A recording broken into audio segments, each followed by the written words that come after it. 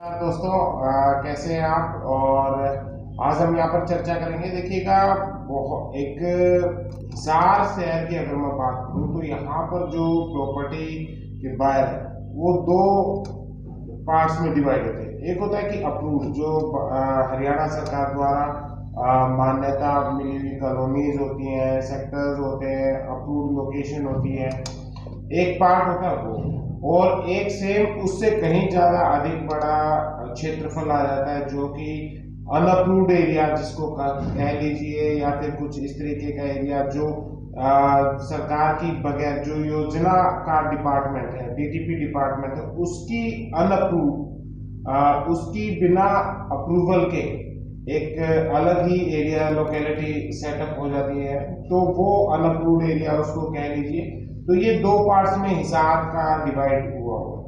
अब नगर निगम और हरियाणा सरकार की एक बहुत अहम खबर आ रही है सभी को लेकर के, जो ऐसे एरिया थे जो अभी तक अनअप्रूव्ड घोषित किए। वैसे तो अनअप्रूव्ड कुछ नहीं होता, ये तो एक सरकार ने कभी ना कभी सोसाइटी का एक प्रचलन को तैयार किया था, जिसमें सोसाइटी अपने नाम रजिस्ट्री करवा के देन उसके बाद अपनी उसके जो सदस्यता दी जाती है, वहाँ के जो लोग होते हैं उनको सदस्यता दी जाती है और उनको एक एक प्लॉट अलॉट किया जाता है। ये जो सारा सिस्टम ये कोऑपरेटिव सोसाइटीज का ही था, जो कि रजिस्ट्रार डिपार्टमेंट के अंतर्गत आता है। ये कोई अवैध नहीं होता। अवैध तो आजकल वैसे नाम दे दिया गया है कि अवैध अवैध करके इसको एक मतलब कैटेगरी से बाहर करने की कोशिश की गई है। लेकिन चलिए कोई बात नहीं, वो सब चल रहा था। लेकिन अब जो सरकार है वो इसके अंदर कुछ फेरबदल करने जा रही है ताकि लोगों को इसका आर्थिक नुकसान ना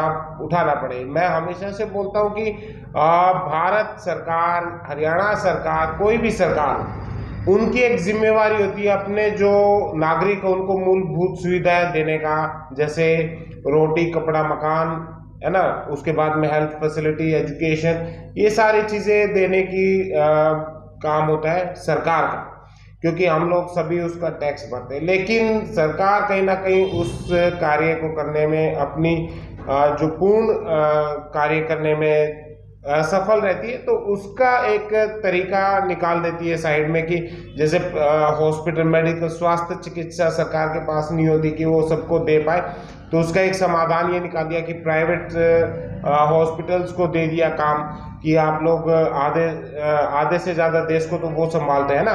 कुछ इसी प्रकार से जैसे स्कूल्स का हो गया। स्कूल में क्या होता है, स्कूल वैसे तो एजुकेशन देना सरकार की जिम्मेवारी है, लेकिन सरकार अपनी विफलताओं को छुपाने के लिए क्या करती है, एक प्राइवेट कल्चर आ गया यहाँ पर।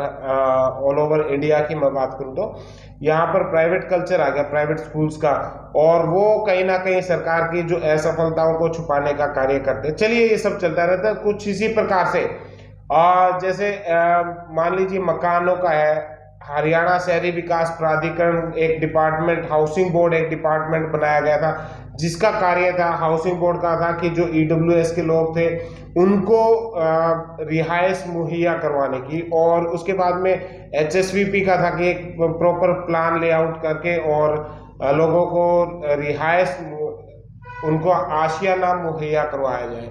लेकिन वो सारी चीज़ें, क्योंकि हमारे देश में जनसंख्या इतनी बड़ी मात्रा में है कि सबकी पूर्ति सरकार कहीं ना कहीं नहीं कर पाती, तो उसका एक समाधान निकाला गया कि जो हाउसिंग बोर्ड कोऑपरेटिव सोसाइटीज़ के माध्यम से लोगों को जो आशियाना है वो प्रोवाइड किया जाए। चलिए, तो उसमें अब सरकार ने क्या बदलाव किया देखिएगा। अब गवर्नमेंट ने बोला था कि जो पहले ये आया था कि नगर निगम के अंतर्गत जितनी भी कॉलोनीज आती हैं, जो अप्रूव्ड लोकेशन, जितनी भी कॉलोनीज थी जो चाहते हैं कि वो अप्रूव्ड की कैटेगरी में आ जाए, वो रजिस्ट्रियां चाहते हैं, तो उनकी लिस्टें तैयार की जाने लगी थी। पहले ये जिम्मेवारी लगा दी थी कॉलोनाइजर के ऊपर, और आप अपना डाटा प्रस्तुत करें और अपने जो भी डॉक्यूमेंटेशन का काम पूरा करें, आपकी जो कॉलोनी है उसको रेगुलराइज किया जाएगा। लेकिन कई बार कुछ एक लोगों ने नहीं कर पाए थे, और उसके बाद में उसको जो नियम था उसको और आसान किया गया ताकि ज़्यादा से ज़्यादा कॉलोनी, ज़्यादा से ज़्यादा जो एरिया है वो अप्रूव्ड हो जाए और लोगों को सुविधाएं मिले। अब लेटेस्ट ये है कि जो नगर निगम का जो एरिया है केवल उसी का नहीं, उससे बाहर जो कंट्रोल्ड एरिया होता है वहां पर भी अगर कोई कॉलोनी है, कोई इस तरीके की सोसाइटी है, वो भी अपने आप को रजिस्टर्ड या अप्रूव्ड की लिस्ट में शामिल कर सकती है। और उसका एक बहुत सा, पहले 5 एकड़ के समथिंग ये नियम आया हुआ था, अब उसको घटा करके 2 एकड़ कर दिया। 2 एकड़ के अंदर जितने भी कॉलोनियां, यानी कि मिनिमम 2 एकड़ के अंदर अगर कोई भी कॉलोनी, कोई भी अप्रूव्ड कोई भी सोसाइटी ने अगर कोई एरिया डेवलप किया हुआ है तो वो सारा का सारा अब आने वाले समय में अप्रूव कर दिया जाएगा और वहाँ पर रजिस्ट्रियों का एक सिस्टम था वो भी चालू हो जाएगा आने वाले समय में। इसके लिए अभी हाल ही में अब 2 एकड़ का जो एरिया में कटी कॉलोनियों को वैध हो सकेंगी। और डीटीपी ने जिले के 7 अर्बन एरिया, कौन कौन से, हिसार, हांसी, नारनौल, अग्रोहा, बरवाला, उकलाना और आदमपुर, इनकी 168 कॉलोनियों की लिस्ट भेजी थी, जिसमें से स्क्रूटनी करके 133 कॉलोनियों की सूची वापस डीटीपी डिपार्टमेंट मुख्यालय को फिजिकल सर्वे के लिए भेज, यानी कि जो इनका कार्य था वो चालू कर दिया गया। जो इनके तरफ से सरकार, गवर्नमेंट की तरफ से जो आगे का प्रोसेस है वो शुरू कर दिया गया।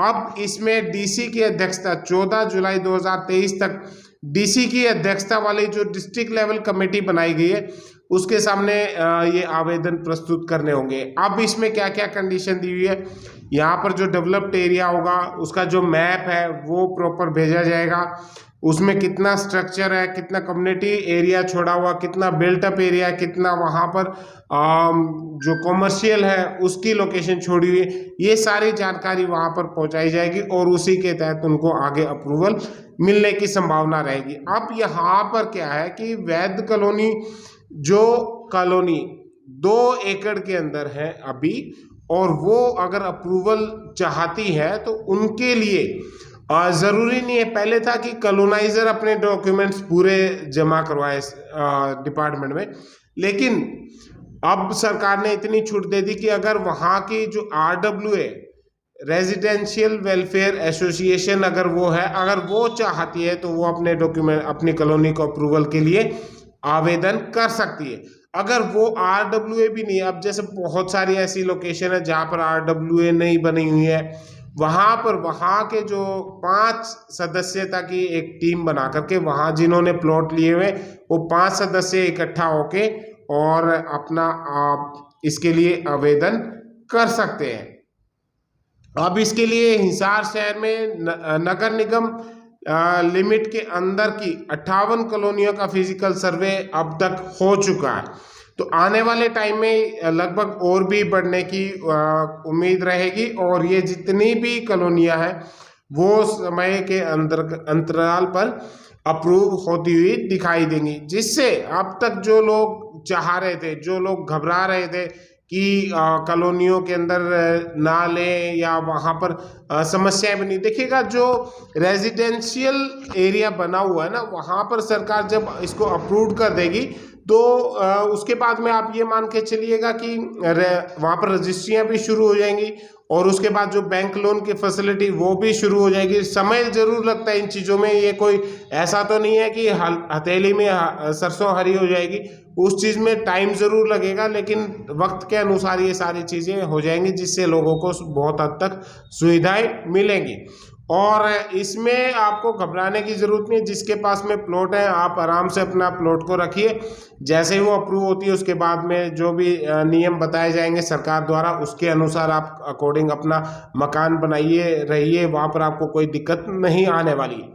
दिक्कत वहाँ आती है जहाँ पर अभी तक अप्रूव्ड भी नहीं और बहुत बड़े स्तर के ऊपर वहाँ पर कॉमर्शियल कार्रवाई कर दी जाती है, वहाँ पर जो सरकार द्वारा है वो कठोर नियम, जो कठोरता थोड़ी करी जाती है ताकि एनक्रोचमेंट ज़्यादा ना हो, बिल्कुल असभ्य तरीके से सारी चीज़ें डेवलप ना हो, तो इसलिए उसको कंट्रोल करने के लिए थोड़ा सा सख्त कभी कभार होना पड़ता है। और बाकी जब ये सारी की सारी कॉलोनियाँ हो जाएंगी, इसका जो सरचार्ज है, डेवलपमेंट चार्जेस है, वो भी पहले 10% रखा हुआ था, लेकिन अब उसको घटा करके 8% कर दिया। कहने का अर्थ ये है कि सारी जो कुछ एक डेवलपमेंट चार्जेस करके उसके बाद में यहाँ पर जो बेसिक सुविधा है वो भी मुहैया आने वाले समय में सरकार द्वारा करवाई जाएंगी, जैसे कि सीवरेज, बिजली और पानी का जो कनेक्शन है, वो सारी चीज़ें। तो ये टाइम के अकॉर्डिंग धीरे धीरे होगा, उसमें आपको ज़्यादा घबराने की आवश्यकता नहीं है। जिसके पास भी है, यहाँ पर कंडीशन ये दी है कि जो अप्रोच रोड है वो 6 मीटर से कम नहीं होना चाहिए, यानी कि 6 या 18 20 एक गज 20 एक जो फीट का एरिया होता है वो। और उसके बाद में जो अंदर की जो सड़कें वो 3 मीटर की होनी चाहिए, लगभग 9 फीट की। तो जिससे 9 फीट से ऊपर की जितनी भी सड़कें हैं अगर आपके कॉलोनी की, तो आपकी भी कॉलोनियाँ यहाँ पर अप्रूव हो सकती है आने वाले समय के अंदर। तो ये चीज़ें हैं। और जो छोटे निवेशक है, देखिए हर एक का बजट अभी नहीं रहा कि वो सेक्टर्स के अंदर एंट्री कर सके, क्योंकि आप सभी को पता है वहाँ पर 60 70 हज़ार के रेट हो चुके हैं। तो उनके लिए फिर एक ऑप्शन यही आ जाता है। और अपनी पूंजी को हमेशा सोच समझ कर निवेश करें और छोटी छोटी इन्वेस्टमेंट ज़रूर करते रहें। कभी भी आपने इंतज़ार नहीं करना कि आपके पास में बहुत बड़ी अमाउंट आएगी, आप उसको इकट्ठा करके और इकट्ठी पूंजी कहीं ना कहीं निवेश कर देंगे। जो छोटी छोटी अमाउंट है उसको धीरे धीरे बारीकियां समझते हुए इन्वेस्ट करते रहिए, आपको कभी भी कोई इश्यू नहीं आएगा। तो ये था हिसार के जो लोग हैं जिनकी कॉलोनियों के अंदर प्रॉपर्टियां हैं या जो मकान बनाने का विचार कर रहे हैं, उनके लिए ये एक हरियाणा सरकार का बेहतर कदम होगा, जिसकी तारीफ एक्चुअल में करनी चाहिए। ये तो बल्कि बहुत पहले कर देना चाहिए था कार्य, जो अभी कर रहे हैं। लोगों का नुकसान होने से पहले करते तो आपको और बधाइयाँ मिलती, लोगों की बद्दुआएं नहीं लगती। लेकिन कोई बात नहीं, सुबह का निकला हुआ शाम को आ जाए तो भी दिक्कत नहीं है। मुझे थोड़े डायलॉग कम ही आते, चलिए कोई बात नहीं। ये था मेरा छोटा सा वीडियो, आपको अच्छा लगे तो इसको लाइक शेयर सब्सक्राइब करें। हिसार में किसी भी प्रकार की निवेश अगर करना चाहते हैं तो जो मैंने नीचे नंबर दिया हुआ है उसके ऊपर आप संपर्क करें और आप हमारे ऑफिस में विजिट कर सकते हैं। ऑफिस हमारा हुड्डा ऑफिस के सामने। और यहाँ पर इस समय जो हिसार का सबसे बेहतर इन्वेस्टमेंट की लोकेशन है वो सेक्टर 33 का एरिया, जो कि एक ग्रोइंग सेक्टर है। उसके बाद में हुड्डा सेक्टर की अगर मैं बात करूँ तो सेक्टर 33 और उसके बाद में सेक्टर 1 4 5 3 24, ये जो हुड्डा के सेक्टर हैं इनके अंदर निवेश का एक अच्छा माहौल इस समय तैयार हो रहा है। और अब अगर आप निवेश करते हैं तो एक मुझे लगता है कि एक बेहतर रिटर्न आप आने वाले समय में यहाँ पर प्राप्त कर पाएंगे। तो मिलते हैं एक नेक्स्ट वीडियो में, तब तक के लिए नमस्कार, धन्यवाद।